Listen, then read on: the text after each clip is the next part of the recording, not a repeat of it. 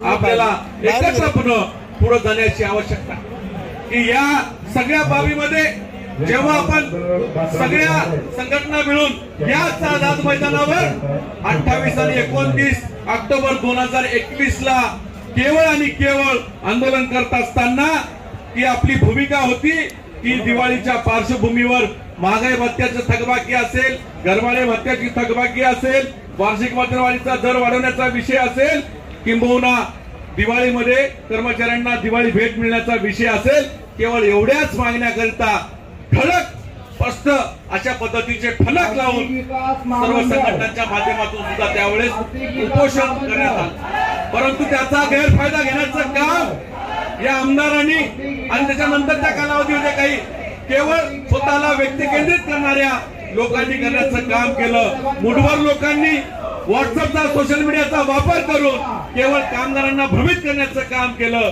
त्या संघटना कुचकामी आहेत, एकही संघटना कामाची नाहीये, तर बाबासाहेब संघटनाच कामाच्या नाहीयेत। तर मग सदावर्ते तुला का संघटना काढायची गरज पडली? तू कशासाठी संघटना काढली? पडळकरनी का संघटना काढली? तर या देशामध्ये लोकशाहीमध्ये जनाधाराला महत्व आहे, लोकशाहीमध्ये संविधानामध्ये तरतूद आहे की कायद्याप्रमाणे तुम्हाला काम केल्याशिवाय पुढे जाता येणार नाहीये।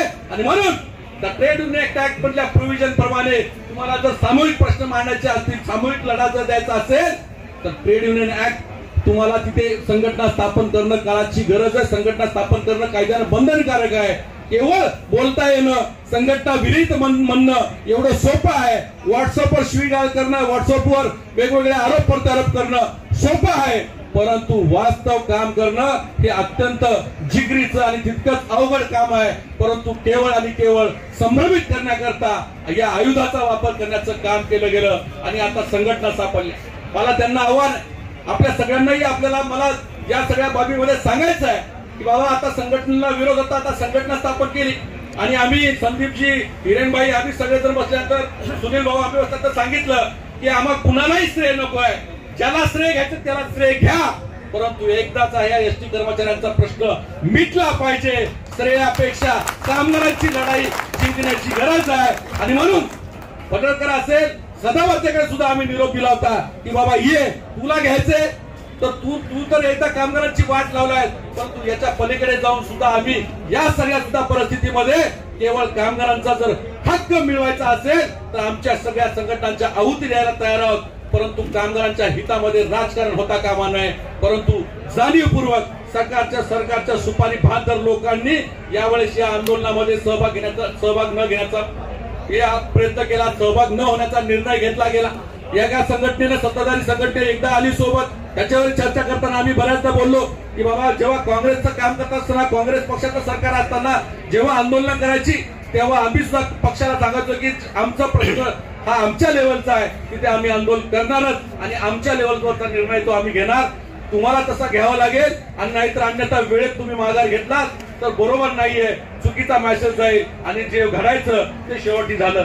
अशा पद्धतीनं फूट पाडण्याचा प्रयत्न केला जातो आणि म्हणून आता येणाऱ्या काळामध्ये जर कामगार चळवळ जिवंत ठेवायची असेल, कामगारांना न्याय हक्क मिळवायचा असेल तर एक संदेश जाणं गरजेचं आहे की आता ही शेवटची लढाई आपल्याला लढावं लागणार, कारण की या 2 वर्षामध्ये आता हे नवीन सरकार आलंय। आपल्याला माहित आहे की जो गॅप भरतो म्हणून हा आरामखोर सदावर्तेंनी सांगितलं, तो गॅप भरणारा सदावर्ते गेल्या 2 वर्षात बँक सुद्धा लुटतोय, बँक ताब्यात घेतली आहे, बँकेचे 3, 13, 9, 18 करून टाकलेत आणि अशा सगळ्या परिस्थितीमध्ये आज बँकेची दैनीय अवस्था झाली आहे। आज एसटी कर्मचाऱ्यांच्या प्रश्नावर बोलायला तयार नाहीये। कोर्टातून ते 22 पानं कुठले तर हरवलेले, ते अजून 2 वर्ष झाले भेटलेले नाहीयेत। त्याच्यानंतर त्याच्या विलिनीकरणाचा निर्णय झालेला आहे, तो 7वा वेतन आयोग, त्याची बायको सांगत होती, ती कुठेतरी अमरावतीमध्ये एक व्हिडिओ बघितला की वो 7वां वेतन आयोग का सब हो गया है और एमडी ऑफिस में वो सब फाइल आ गया है और अब मिलने वाला है। त्यांच्या जसं बापाच्या घरातून किरापती वाटणार आहेत, अशा पद्धतीनं लोकांमध्ये तोपर्यंत चांगला आहे, एकदा का बिघडला तर तो मात्र कुणाच्या बापाला ऐकत नाही। आम्हालाही 6 महिने ऐकलेला नव्हता, त्यामुळं सरकारला त्याच्या पायाखालची वाळू सरकल्याशिवाय आपल्याला थांबायचं नाही। परंतु त्या काळामध्ये सुद्धा आम्ही म्हणजे सगळ्या संघटनांचे पदाधिकारी जे सरकार दरबारी चर्चा करत होतो, आता त्यावेळेस काही लोक मध्ये लिहितात तुम्ही 6 महिने काय करत होते, तुम्ही विरोध केला का, तुम्ही अमुक करायला पाहिजे होतं, तुम्ही तमुक करायला पाहिजे होतं, परंतु मी आपल्याला जाणीवपूर्वक सांगतो की आम्ही सगळ्यांनी त्याही काळामध्ये सरकार दरबारी बार्गेनिंग केली, बार्गेनिंग पॉवर वाढवण्याचा प्रयत्न केला, परंतु त्यांची कायमच सरकारची भूमिका राहिली की 7वा वेतन आयोग दिला तरी ते संपातून लोक मागे येणार आहेत का? कारण बिल्डिंग तो हरामखोर तो वेल्डिंगचा चष्मा सांगायचा, विलनीकरणाशिवाय बोलायचं नाही, विलनीकरण मिळालं तरच आम्ही घेणार आहे. 7वा वेतन 8वा वेतन काही माहित नाही. याचा जसा बापाच्या घरी जसं काय सगळे बसलेले आहेत सगळं माहिती, याला अभ्यास सगळा आहे. अशा पद्धतीने टीव्हीवर बाईट देणं काय, ते अर्धनग्न काय, आणि दुर्दैवानं कामगार चळवळीच्या म्हणजे कामगार चळवळीमध्ये अत्यंत घाणेरडं कृत्य या मुंबई महापालिकेसमोर केलं. किळस मानक कृत्य या मुंबई महापालिकेसमोर करायला आमच्या कामगारांना लावलं. ही जगामध्ये आणि या राज्यामध्ये अशोभनीय गोष्ट आहे. आणि मला आपल्याला जाणीवपूर्वक सांगायचे आहे की या देशामध्ये रोड ट्रान्सपोर्ट कॉर्पोरेशन ऍक्ट 1950 कायद्याखाली जेवढ्या राज्यामध्ये देशामध्ये स्थापन झालेले महामंडळ आहेत, या सगळ्या महामंडळामध्ये एवढे कधीच संप झाला नाही. आपल्याला मी जाणीवपूर्वक सांगतो की जगामध्ये 6 महिने कुठल्याही वाहतूक क्षेत्रामध्ये संप चाललेला नाही, परंतु या महाराष्ट्रामध्ये 6 महिने संप चालला. परंतु 6 महिन्याचं संपाचं फलित काय, तर जगातलं सगळ्यात अयशस्वी फेलेवर जर स्ट्राईक कुठला असेल तर दुर्दैवानं आणि खेदानं तो महाराष्ट्रातल्या एसटी महामंडळाचा आहे. सांगावं लागतंय की अत्यंत दुर्दैवी बाब आहे. या महाराष्ट्रामध्ये 2 संप असे आहेत. ते पहिला संप म्हणजे डॉक्टर दत्ता सामंतनी गिरणी कामगारांचा सुरू केला, तो आजतागायत मिटलेला नाही, तो अजूनही संप सुरूच आहे. देशोधडीला लागले गिरणी कामगार.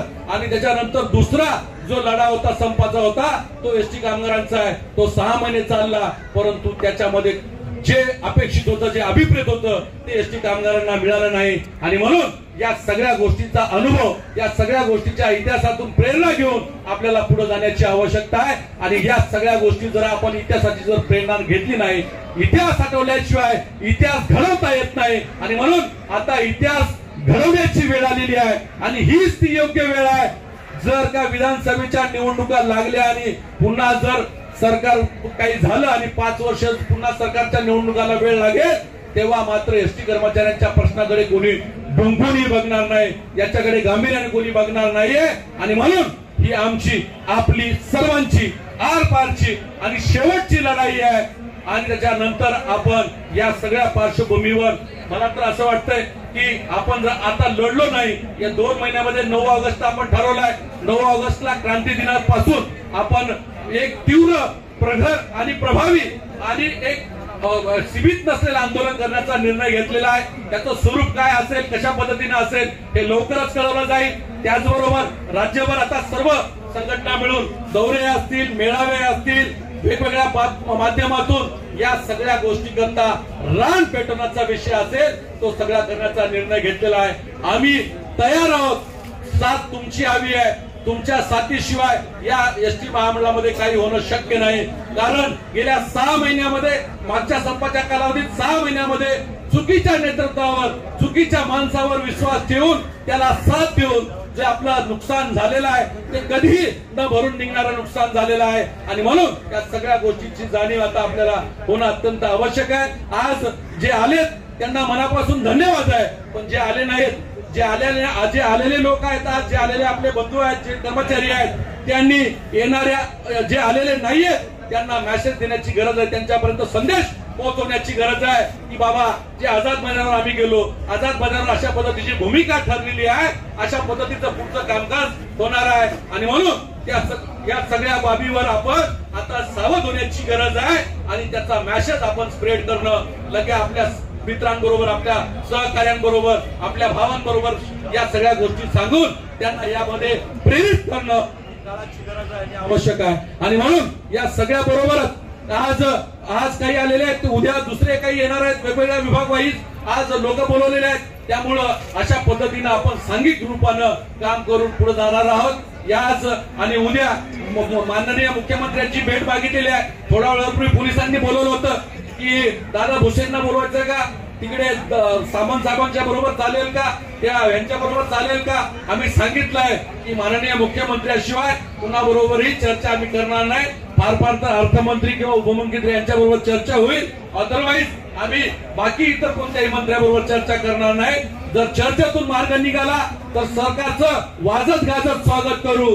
जर सरकारने जर याची गांभीर्याने दखल घेतली नाही तर सरकारला सुद्धा पलटा भुई कशी करायची याचं नियोजनबद्ध काम करून उभ्या महाराष्ट्रामध्ये पुन्हा एकदा कशा पद्धतीने आंदोलन गुपितरित्या केलं जातं त्याचं काम येणाऱ्या काळामध्ये केलं जाईल। कायदेशीर त्याच्या काही गोष्टी आहेत, जसं मागच्या संपाच्या कालावधीमध्ये अनेकांना वाटलं की संप झाला आणि संपामध्ये आमच्यावर कारवाई झाली नाही आणि सदावर्तीने आमच्या नोकऱ्या वाचवल्या, सदावर्तीचे आमच्यावर उपकार आहे, त्याच्या बापाने नोकरी वाचवली नाही, त्याच्या बापाचं महामंडळ नाही।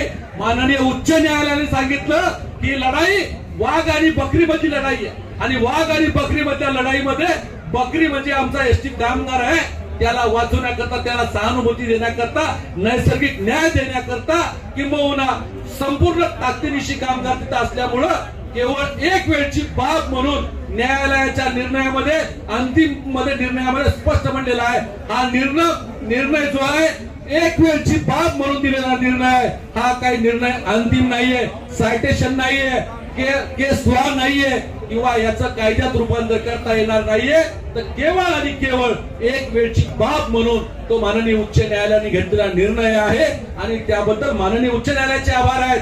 परंतु या हरामखोरांनी त्याचं वेगळं भांडवल करून या आझाद मैदानावर गुलाब उधळून वेगळ्या पद्धतीनं या सगळ्या लढाईला देण्याचं काम केलं, वेगवेगळ्या पद्धतीनं अफवा पसरवण्याचं काम केलं, वेगवेगळ्या पद्धतीनं कामगार चळवळ या दिशाहीन करण्याचं काम केलं आणि म्हणून गेल्या सरकारच्या या 2 वर्षाच्या सरकारच्या कालावधीमध्ये मूग गिळून गप्प बसलेले आहेत, एकही शब्द काढायला तयार नाहीयेत, सरकार पुढच्या संदर्भामध्ये बोलायला तयार नाहीयेत आणि म्हणून अशा सुपारी बहादर लोकांना त्यांच्या घरचा रस्ता दाखवलं आणि पुन्हा एकदा एसटी कामगारांना न्याय मिळाला पाहिजे ही भूमिका या उराशी बाळगून आपण इथून जायचंय आणि आपल्याला पुन्हा ही मशाल अशीच तेवत ठेवायचं आहे, एवढंच मी आपल्या पुढे सांगतो आणि मी अधिक न बोलता आपल्या सर्वांना पुन्हा एकदा मनापासून धन्यवाद देतो। जय हिंद, जय महाराष्ट्र।